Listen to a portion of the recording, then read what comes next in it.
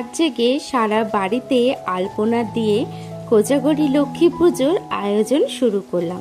আমার সারাটা রাত জেগে কিন্তু পুজোর আয়োজন করা শুরু হয়ে গেছে। আর বিয়ের 3 বছর পরে শাশুড়ি মা প্রথম আমাকে পুজোর কাজে হাত লাগাতে দিল। রাধে রাধে বন্ধুরা, কেমন আছেন আপনারা সবাই? আশা করছি আপনারা সবাই ভালো আছেন ও সুস্থ আছেন। আমরাও বেশ ভালো আছি।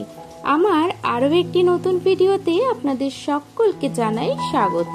আজ হচ্ছে সোমবার, আর আজ আমি ভিডিওটি অন করেছি রাত্রে 12টা থেকে। এখন থেকেই আমি পুজোর কিন্তু আয়োজন শুরু করেছি। আর আজকের দিনটি হচ্ছে প্রতিটি বাঙালির বাড়িতে একটি বিশেষ দিন। কারণ কি, এই পুজোটা লক্ষ্মী পুজো প্রত্যেকটি বাঙালি বাড়িতেই কিন্তু এই দিনে হয়ে থাকে। তো এই যে দেখুন, সবার প্রথমে কালকে সমস্ত কাজবাজ সেরে খাওয়া দাওয়া সেরে এরই মধ্যে তাতানের পাপার কাছে খেলা করছে। আর এখন আমি চলে এসেছি ছাদে ঠাকুর ঘরে এসে সবার প্রথমে কিন্তু আলপনা দেওয়ার কাজটা আমি শুরু করে দিয়েছি। সবার প্রথমে পিঁড়িতেই আমি আলপনাটা দিয়ে দিয়েছি। এই পিঁড়ির ওপরে কিন্তু প্রতিমাটি বসবে।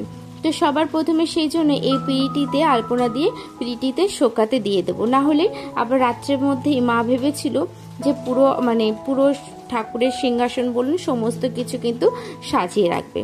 সেই জন্য সবার প্রথমে আলপনার কাজটা কিন্তু আমি এখানেই শুরু করলাম।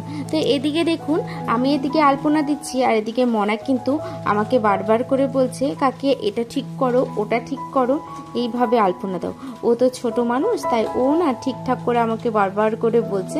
আর আমিও জানেন তো খুব একটা সুন্দর আলপনা দিতে পারি না, যেটুখানি দিতে পারি সেইটুখানি আপনাদের সাথে শেয়ার করলাম। এদিকে আমার ঠাকুর ঘরে আলপনা দিতে দিতে ভোর কিন্তু 3টে বেজে গেছে। তো সেই কারণে ওই তাতানকে মিডিলে একবার ঘুম পাড়াতে আসতে হয়েছিল, সেই জন্য অনেকটাখানি সময় কিন্তু আমার লেগে গেছে। তো এদিকে দেখুন, ভোর 3টের সময় প্রথমে কি করেছি, ওই একটুখানি ঘরের আলপনাটাও সেরেছি।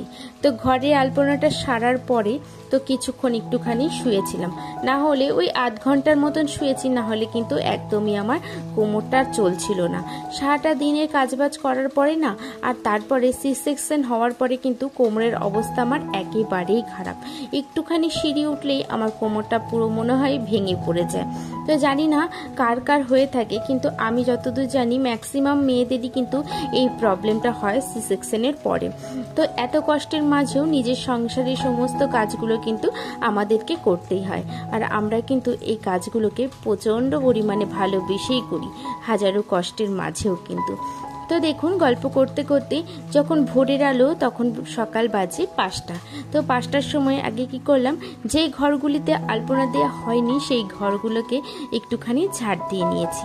এদিকে ঘর ঝাড় দেওয়ার পরে কিন্তু আমি বাইরেটাও ঝাড় দিয়ে দিয়েছি। আর তারপরে চলে এসেছি ঘরে এসে এখন আলপনার কাজগুলোকে আবার শুরু করেছি। তো এদিকে দেখুন, নিজেদের রুমের মধ্যে আলপনাটা দেওয়ার পরে আর এখন আমি লক্ষ্মীর পা করে দিচ্ছি। যেটুখানি আলপনা দিতে পারি সেইটুখানি আলপনা দেওয়ার চেষ্টা করছি। এদিকে এখনো সিঁড়ির ঘরটি বাকি আছে। ওই যে কালকে রাত্রেবেলা যে আলপনা দিয়েছিলাম ঠাকুর ঘরে, সেটাই দেখুন এখন বেশ অনেকটাই ভালোভাবে কিন্তু শুকিয়ে গেছে।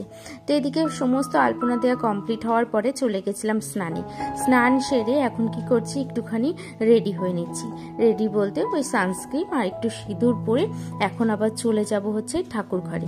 তো এরই মধ্যে দেখছি তাতানের পাপা তাতান দুজনেই ঘুম থেকে উঠে গেছে। সেই জন্য আগে কি করলাম, বিছানাটা গুছিয়ে নিচ্ছি। আগে তো লক্ষ্মীবার, আর তো সেই কারণে আরো পুজোর দিনে কিন্তু বিছানাটা অগোছালো থাকলে একদমই দেখতে ভালো লাগে না। সেই কারণে একটি বেড কভারটা পাল্টে এখন নতুন একটি বেড কভার দিয়ে দিচ্ছি বিছানার মধ্যে। আর টান করে ভালো করে বিছানাটাকে পেতে জানলাটি খুলে চলে যাব হচ্ছে ঠাকুর ঘরের ওইখানে না অনেকটা কাজ, তাই নিচের কাজগুলো শেষ করার একটু তাড়াতাড়ি চেষ্টা করছি। আর এদিকে দেখুন, আমার বিছানাটা টান করে গোছানো হয়ে গেছে। আর তারপরে জানলাটি খুলে চলে এসেছি ছাদে, ঠাকুর ঘরের সামনে চলে এসেছি। আর ঠাকুর ঘরে এসে মা বলল, এই নারকেলের ছোবাগুলো একটুখানি কেটে নাও, যখন পুজোয় বসবে তখন কিন্তু আরতির সময় লাগবে। আর জানেন তো, এই যে বিয়ের 3 বছর পরে কিন্তু আজকে আমি প্রথম পুজোর কোনো কাজে হাত লাগিয়েছি। এর আগে কোনো পুজোর কাজেই কিন্তু আমি ঠিকঠাক করে হাত লাগাতে পারতাম না। বিয়ের 3 বছরের মধ্যে প্রথম বছর কিন্তু আমি ছিলাম হাজবেন্ডের সাথে বাইরে। তো সেই বছর তো আর আমি কোনো রকমভাবে পুজোর কাছে থাকিনি। আর তার পরের বছর কিন্তু তাতান আমার পেটে ছিল। আর তাতান পেটে থাকাকালীন মানে আমি যেহেতু ছিলাম আর আমার তখন রীতিমতো ওই 1 থেকে 2 মাস ছিল। তো সেই জন্য কিন্তু আমি আর কোনো কাজে অসুস্থ থাকার জন্য না উপোস বলুন না কোনো কাজেই ঠিকঠাক করে হাত লাগাতে পারিনি। আর তাতান আমার যখন পেটে ছিল তখন কিন্তু আমার অনেক কিছু সমস্যা ছিল, সেই জন্য কিন্তু আমি একেবারেই রেস্টে ছিলাম। আর তারপরের বছর তাতান খুবই ছোট, মানে তাতান সবে হচ্ছে 4 মাস বয়স। আর সেই 4 মাস বয়স থাকার কারণে আমি কিন্তু সেই বছরও উপোস করতে পারিনি। ওই গায়ে গায়ে সেরকম হালকা উপোস করেছিলাম, কিন্তু আমি অঞ্জলি দিইনি। আর অঞ্জলি দিইনি তারও একটি বড় কারণ ছিল। কারণ কি, আমি যেহেতু ঠাকুরের কোনো কাজই মানে হাত লাগাতে পারবো না। আর তারপরে হচ্ছে যে আমাদের বাড়িতে একটা নিয়ম আছে, মানে বেবি হওয়ার পরে কিন্তু একটা নারায়ণ পুজো দিতে হয়। আর সেই নারায়ণ পুজো দেওয়ার পরেই কিন্তু ঠাকুরের কাজে হাত লাগাতে পারে। আর সেই নারায়ণ পুজোটা না সেই 4 মাসে হয়ে ওঠেনি, তো সেই জন্য আমি আর হাত লাগাতে পারিনি। তো এই যে দেখছেন, এই বছরটি হচ্ছে প্রথম যে বছরটি আমি সমস্ত কাজে টুকিটাকি করে হাত লাগিয়েছি। এই যে দেখলেন, সবার প্রথমে ছোবাগুলোকে কেটে তারপরে কি করেছি, মাটিটাকে পুরো ভালো করে পাক নিয়ে মানে গোল গোল করে আমি রেখে দিয়েছিলাম কিছুক্ষণ একটুখানি রোদে। আর তারপরে শাড়ি টাড়ি পরে চলে এসেছি এখন ঠাকুর ঘরে এসে ঠাকুরের সমস্ত কাজে কিন্তু টুকিটাকি যেইটুখানি হাত লাগাতে পারি সেইটুখানি কিন্তু আমি করছি। এটা বলতে পারেন আমার প্রথম পুজো, যেখানে আমি পুরোপুরি ভালোভাবে বিয়ের পরে সমস্ত কাজগুলোকে করছি। আর এদিকে কিন্তু ঠাকুরের কাজগুলো করার পরে মা বলল কি, ফলগুলোকে কেটে নাও। তখন শুধুমাত্র ফলের খোসাটা ছাড়িয়ে রেখেছিলাম আর এখন কেটে নিচ্ছি, যেহেতু ঠাকুর মামা কিছুক্ষণের মধ্যেই চলে আসবে। বলেই গেল নারায়ণ শিলাটা রেখে যে আমি কিছুক্ষণের মধ্যেই আসব। আর জানেন তো, সেই কিছুক্ষণটা কিন্তু হয়ে গেছে সন্ধ্যে 6টা। যেহেতু আমাদেরকে সময় দেয়া ছিল 4টের সময়, আর সেই মতনই কিন্তু আমরা একেবারে 4টের মধ্যে সমস্ত আয়োজন কিন্তু কমপ্লিট করে নিয়েছি। আর কিন্তু সেটা সময়ের শেষে একেবারে কিন্তু 6টা বেজে গেছিল। যেহেতু মামা চলে গেছিল, পাড়ার ভেতরে ঢুকে গেছিল, আর পাড়ার ভেতরে একটা বাড়ি কমপ্লিট করে আরেকটা বাড়ি এই করতে করতে কিন্তু অনেকটা সময় লেগে গেছিল। আর আমাদের যেহেতু নারায়ণশিলা আর হচ্ছে মা লক্ষ্মী দুজনেরই কিন্তু আজকে দিনে পুজো হয়, সে কারণে কিন্তু আমাদের বাড়ির পুজোর কিন্তু অনেকখানি সময় লাগে আর অনেক কিছু নিয়ম। আমার বাপের বাড়িতে খুব একটা এই জিনিসটা আমি দেখিনি, শুধুমাত্র কিন্তু ওই লক্ষ্মী পুজোটাই হয়। তো যাই হোক, এদিকে আমি কিন্তু ভোগের জন্য কিন্তু লুচিটাও করে নিয়েছিলাম, আর মা তার আগে কিন্তু সুজি করে নিয়েছিল। আর এরপরে আমি কি করছি, ভালো করে গ্যাসটা মুছে এখন গ্যাসের এই জায়গাটিকেও মুছে নিচ্ছি।